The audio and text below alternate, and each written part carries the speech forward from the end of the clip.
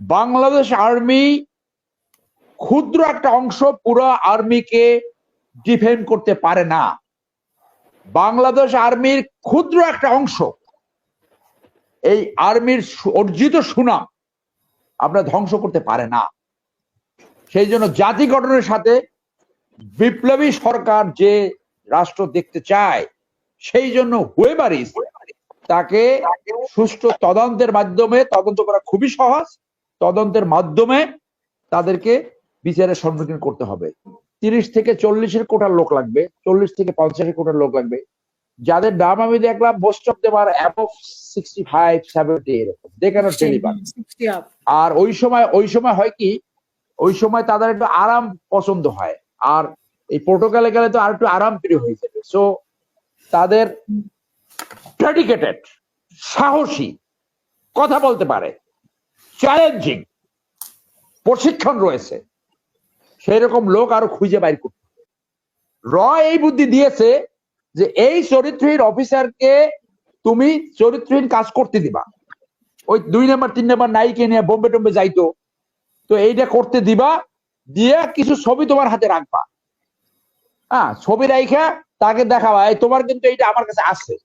তখন আমি বলবো ভোট কাইটা আমাকে ক্ষমতা রাখতে হবে, আমাকে এই টাকা পাচার করে দিতে হবে, আমাকে অমুকরে মিথ্যা মামলা দিতে হবে, অমুকরে এইভাবে পিটাইতে হবে, অমুকরে গুম করতে হবে। এই ফুল প্রজেক্ট হইল রয়ের প্রজেক্ট। আমাদের বিপ্লবী সূর্য সন্তানরা যে এজেন্ডা নিয়েছে যে বাংলাদেশ আর কোনোদিন কর্তৃত্বপরায়ণ সরকারে স্বৈরাচারী না হয়, সেই রকম একটা রাজনৈতিক বন্দোবস্ত। বাংলাদেশে যাতে দুর্বৃত্তায়িত পরিবারতন্ত্র, লুটেরাতন্ত্র কোনোদিন সৃষ্টি না হয়, সেইটা তাদের আরেকটা অবজেক্টিভস। এবং দুর্নীতির মূলোৎপাটন। আজকে আপনি আমি এই কুখ্যাত লোকদের যে চেহারা আস্তে আস্তে উদ্ঘাটন করছি, জনগণের এটা রাইট টু নো। এবং এই কুখ্যাত অফিসারদের ক্যারেক্টার জনগণের সামনে উদ্ঘাটন করা জাতীয় স্বার্থে, দেশের স্বার্থে, জাতি গঠন করার স্বার্থে প্রয়োজন। কারণ মানুষের জানার অধিকার রয়েছে। আমি আগের ঘটনাটা শেষ করি। তো আমি সেই ওই যে ওমেনাইজিং এ যে চাকরি চলে গেল 15 লং কোর্সের এয়ারফোর্সের একটা সৈনিকের ছেলে, হ্যাঁ, সে আবার কাটপিস করে একটা বই লেখছে। প্রেসিডেন্টের এমএসপি ছিল, মিলিটারি সেক্রেটারি অফ প্রেসিডেন্ট, ওই আর এক ওমেনাইজার কুখ্যাত হামিদ প্রেসিডেন্ট, তো দুইজনে মিলে গেছে আর কি। তো সে আবার বই লিখে আবার সে আবার মানে বিরাট আতাল শাস্তি চায়। আমাকে আবার একজনে কমপ্লেন করলো যে এই বইটা হচ্ছে পুরোটা প্লাগিংরিজম, মানে কাট পেস্ট করে আর কি এটা লেখছে। তো ওই পেশা যে ময়ূরের নাচ শিখতে গেলে যা হয় আর কি, পেশা ময়ূরের নাচ শিখতে গেছে, ওইখানে যে একটু ময়ূরের নাচ শিখিয়া যখন ফেরত আসছে ময়ূরের নাচ ভুলে গেছে, এখন পেশাকারী লাভ হয়, পেশাকারী লাভ হয়। তো দেখে প্রেসিডেন্ট সাহেব হয়তো শরাব খায়, লাল নীল পানি খায়, তো সে বলে গেল তো এইটা তো তার ক্যারেক্টারের সাথে মিলে গেছে। ওইখানে যায়া ওই অফিসারকে ওই মেয়েকে হুক করছে। তো সে তো কমপ্লেন করছে, থরো ইনভেস্টিগেশন হয়েছে, ওর চাকরি চলে গেছে। তো আমি যখন আটকে রাখছে, যেহেতু আমার 1.5 বছরের সিনিয়র, 3 কোর্স সিনিয়র, আমি বললাম আপনি আমার আটকায় রাখছেন কেন? আমারে বলে তুমি একটা মুর্গা, বিএনপি করো, তুমি সেনাবাহিনী অফিসারের বিরুদ্ধে মামলা করতে চাও? আমি এটা মামলা করি, আমি তো একটা লিগাল নোটিসে জবাব দিচ্ছি। মানে ওই যে গরু, মামলা যে হয় না এইটাই বুঝতেছে। অথচ যেহেতু আমি আর্মি একজন অফিসার, রিটায়ার্ড আর্মি অফিসার, তার সেটা কিন্তু ইজিলি বলতে পারতো, এই শফিউদ্দিন এই কুখ্যাত চোরা বলতে পারতো যে সরোয়ার যেহেতু আছে, সরোয়ার ওটা মীমাংসা করে দিবে। ডাক ওইরা আমাকে এই চোরা লুটেরা শফিউদ্দিন, এই কুখ্যাত গোয়েন্দা নামের জেনারেল আকবর, যার নামে অভিযোগের কোনো শেষ নাই, এই আকবর আজকে একটা ঘটনা বলি, চায়নাতে ক্যাপ্টেন অবস্থায় একটা কোর্স করতে গেছিল। ওর চেহারাটাই দেখবেন যে কুখ্যাত, মানে একেবারে মানে চেহারা দেখলে মনে হয় যে এইটা মানে একটা মানে ফেসিয়াল এক্সপিরিয়েন্স আছে না, তো সেটা দেখবে। সেইখানে বাংলাদেশে একটা ডাক্তার ছাত্রী ছিল, ছাত্রী, সেই ডাক্তার ছাত্রীটাকে প্রেম করে তাকে বিয়ের অফার করে স্বামী স্ত্রীর মতো 3 মাস সেখানে থাকে চায়নাতে। তাকে সেইখানে কনভিন্স করলো, স্বামী স্ত্রীর মতো সেইখানে তারা বসবাস করলো। ওই মেয়ে মেডিকেল শেষ করে বাংলাদেশে আইসে এখন আকবরকে খুঁজে, আকবরকে না পাইয়া সে একটা অ্যাপ্লিকেশন নিয়ে গেছে আর্মি হেডকোয়ার্টারে। তো আর্মি হেডকোয়ার্টারে ওই আকবর এত নটি, ওই অ্যাপ্লিকেশন কিভাবে টেস্ট করে সরাই ফেলাইছে। কারণ আকবর তো বাই দেন মেরিট, তার তো এই চরিত্রহীন ঘটনার কোনো শেষ নাই। এবং ওইখানে কত ইয়ে করছে, এই শফিউদ্দিনের নামে বোধহয় এরকম 2,500 বা 3,000 কোটি টাকা সে ইনকাম মানে টাকা বানাইছে, যেটা ওই আমার কাছে যে লিস্টে আসছে, এটা তদন্ত দরকার, এটা সত্য জানা দরকার। আর ওই সরোয়ার 150 কোটি টাকা, মানে ওই যে এয়ারফোর্সের ছেলে, এয়ারফোর্স সৈনিকের ছেলে, ও বোধহয় 150 কোটি টাকা হাতায় এনেছে, 150 কোটি হাতায় এনেছে। তো এইগুলা করে, এইগুলা এই নিম্ন মানের যাদের দেশপ্রেম নাই, প্রফেশনাল নাই, যখন দেখছে যে এইগুলা করলে প্রমোশনও হয়, টাকাও হয়, তখন এই স্বৈরতান্ত্রিকে দেখাতে গেছে যে আমরা আওয়ামী লীগের কে কার চেয়ে বেশি আপন, মানে who is more Catholic than the pope, সেইটা দেখাতে যায়। এইভাবে তারা এই কিছু অফিসারের উপরে যারা স্পেশালি ভিন্ন মত অবলম্বী, মানে যাদেরকে ধরলে কোথাও থেকে চাপ দিলেও কোনো কাজ হবে না, তাদেরকে আটকায়া তাদেরকে এইরকম ফ্রিডম নষ্ট করে অবৈধভাবে ইলিগালি ডিটেইন করে রাখছে। This is not only illegal detention, এটা শুধু illegal detention, it's a crime against humanity, crime against humanity. এবং এদেরকে বাংলাদেশে যে যুদ্ধ অপরাধী ট্রাইব্যুনাল আছে, সেই যুদ্ধ অপরাধী ট্রাইব্যুনালে ট্রাই করা যায়। হাসিন স্যার শুনছেন কিনা, আমি বলছি যে এইটা শুধু ইলিগাল ডিটেনশন নয়, this is a crime against humanity. এবং বাংলাদেশে যে যুদ্ধ অপরাধী ট্রাইব্যুনাল রয়েছে সেইখানে তাদের ট্রাই করা যায়।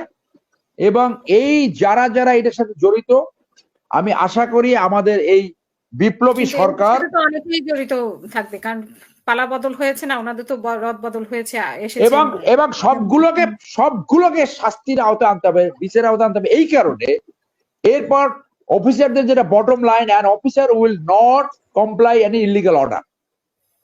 সে যদি দেখে এটা ইলিগাল, সে বলবে আমি এটা করবো না, দরকার হলে আমাকে পুস্টিং করে দেয়। কিন্তু আমার কথা হচ্ছে যে এখানে তো সবারই সম্মতি ছিল, যারাই রদ বদল হয়ে এসেছে তাদের সবারই তো সম্মতি ছিল, সবাই তো জানতো। এবং সেখানে অফিসার বলবে দরকার বোধ আমাকে পোস্টিং করে দেন। আমি 21 ইয়ার্স আর্মিতে চাকরি করেছি, এলপিএস সহ 4-5টা ইলেকশন ডিউটি করেছি, ইউনিয়ন সিভিল পাওয়ার করেছি, আমি ক্লিনার অপারেশনে ঈশ্বরদীতে ডিউটি করেছি। আমি কোনো ইলিগাল কাজ করা তো দূরের কথা, ইলিগাল অর্ডার আমি কোনো সিনিয়র কাছ থেকে রিসিভ করি নাই এট দ্যাট টাইম।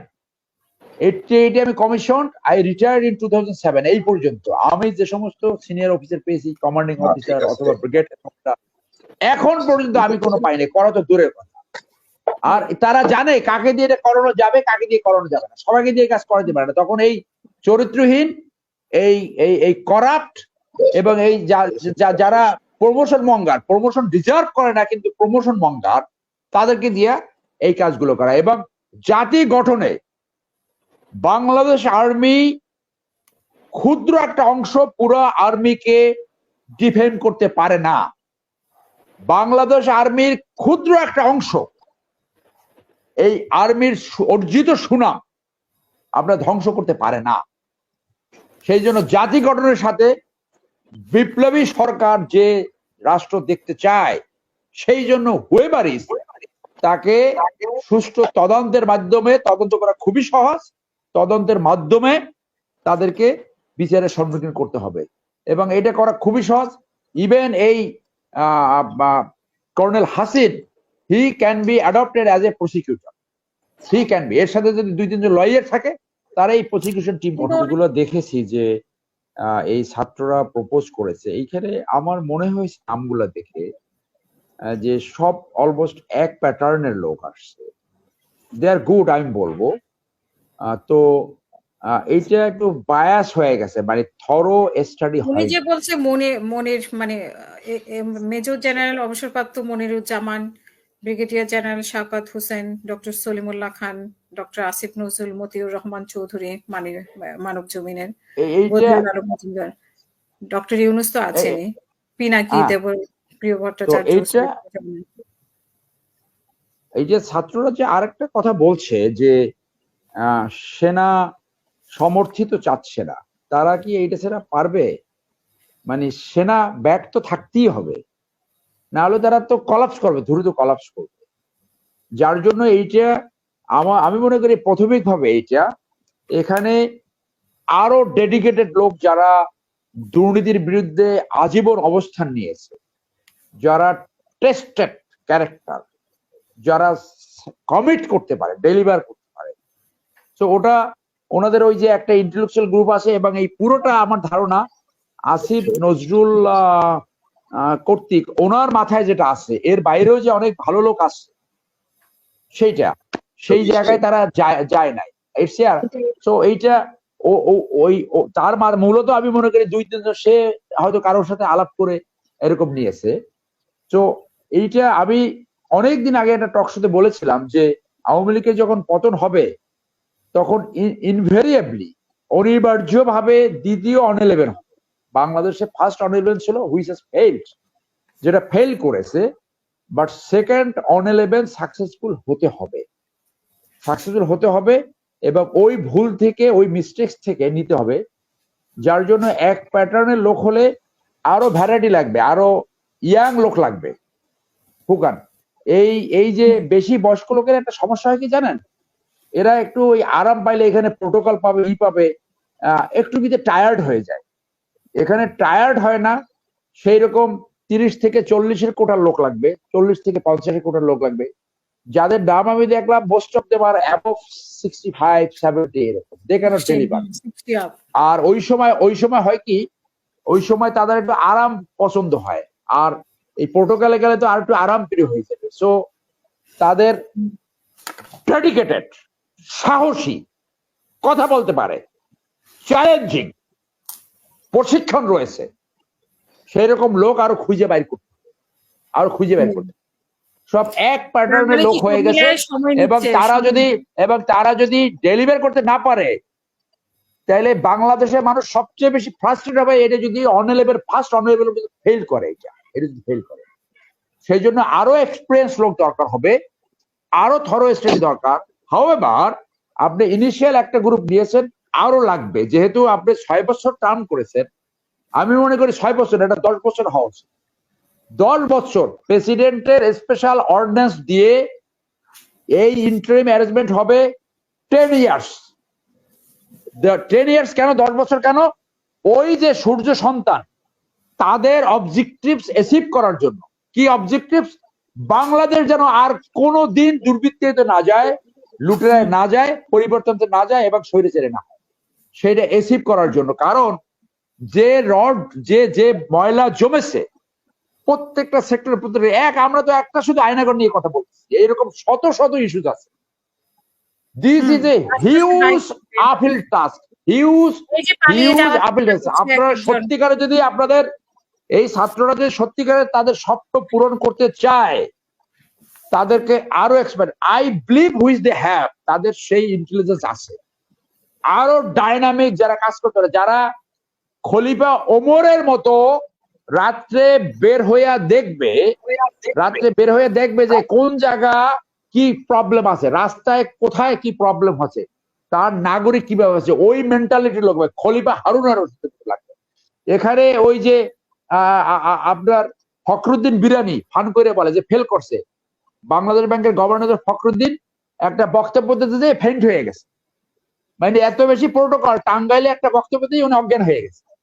এই বেশি বুড়োদের দিয়ে কিছু কাজ হবে না। ঠিক আছে, একজন গার্ডিয়ান আছে, ফাইন, কিন্তু আপনার এই অবজেক্টিভ অ্যাচিভ করার জন্য আমি তো মনে করি 25 থেকে 30-এর কোটার একজন থাকা উচিত, হু ক্যান ট্রাস্টেড, এটা বাইর করা কোনো অসুবিধা। সেই জন্য তো আগে ওই যে কুখ্যাত আকবর, ওই যে লেফটেন্যান্ট কর্নেল পর্যন্ত হয়েছে, লেফটেন্যান্ট জেনারেল পর্যন্ত হয়েছিল, যে ডিজি হয়ে যা কিছু করছে, ওই যে মেয়েটা আবেদন করেছিল, সেই মেয়েটা পরে কোনো বিচার না পাইয়া আত্মহত্যা করে, এবং সেই মেয়েটার একজন কাজিন হলো এয়ারফোর্সের অফিসার। তো যে চায়না থেকে এইটা করছে, ও যতদিন ডিজিএফআই ছিল পুরো সময়টা এই কাজ করছে, আর এই ভিন্ন মত অবলম্বী যারা বিদেশ, তাদেরকে শায়েস্তা করছে। তার ভাইরে এমপি বানায়, মেয়র বানায়।